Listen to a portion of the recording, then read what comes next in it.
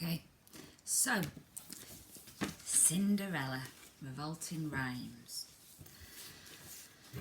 I guess you think you know this story. You don't, the real one's much more gory. The phony one, the one you know, was cooked up years and years ago and made to sound all soft and sappy just to keep the children happy.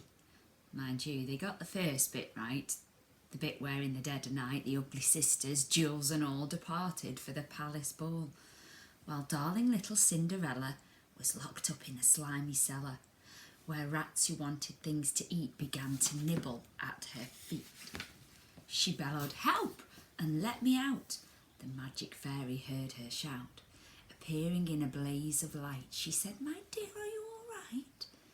"All right?" cried Cindy. "Can't you see I feel as rotten as can be?" She beat her fist against the wall and shouted, "Get me to the ball! There's a disco at the palace, the rest have gone and I am jealous. I want a dress, I want a coat and earrings and a diamond brooch and silver slippers, 2 of those, done up like, and a lovely nylon pantyhose. Done up like that, I'll guarantee the handsome prince will fall for me." The fairy said, "I'm gonna take." She gave her wand a mighty flick, and quickly, in no time at all, Cindy was at the palace ball.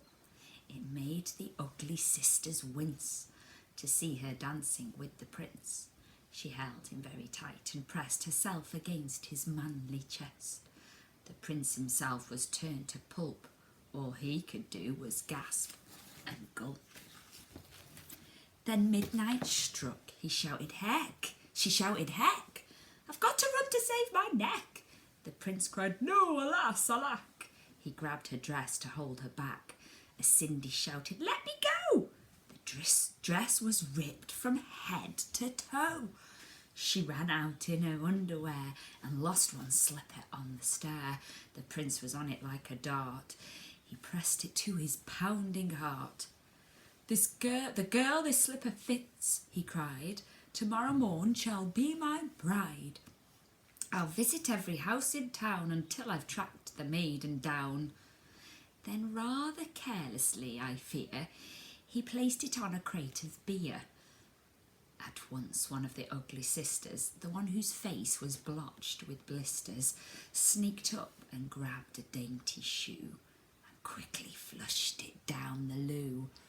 Then in its place she calmly put the slipper from her own left foot. Aha, you see, the plot grows thicker and Cindy's luck starts looking sicker.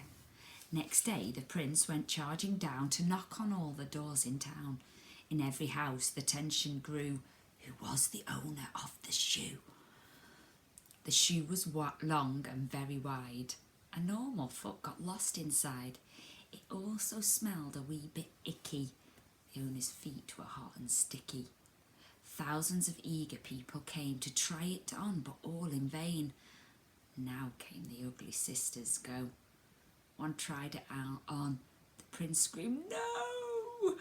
But she screamed, "Yes, it fits, whoopee! So now you've got to marry me." The prince went white from ear to ear. He muttered, "Let me out of here." "Oh, no, you don't. You made a vow. There's no way you can back out now." "Off with her head!" the prince roared back. They chopped it off with one big whack.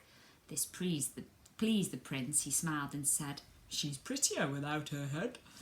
Then up came sister number 2, who yelled, "Now I will try the shoe."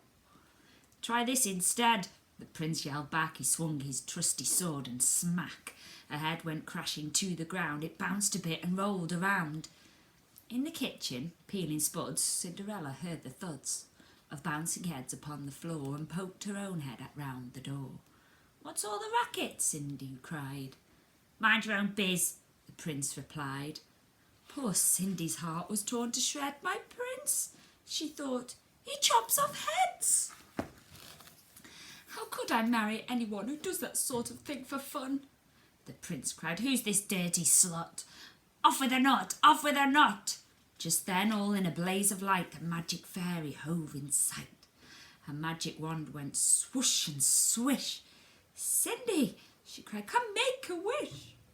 Wish anything and have no doubt that I will make it come about. Cindy answered, "Oh, kind fairy, this time I shall be more wary.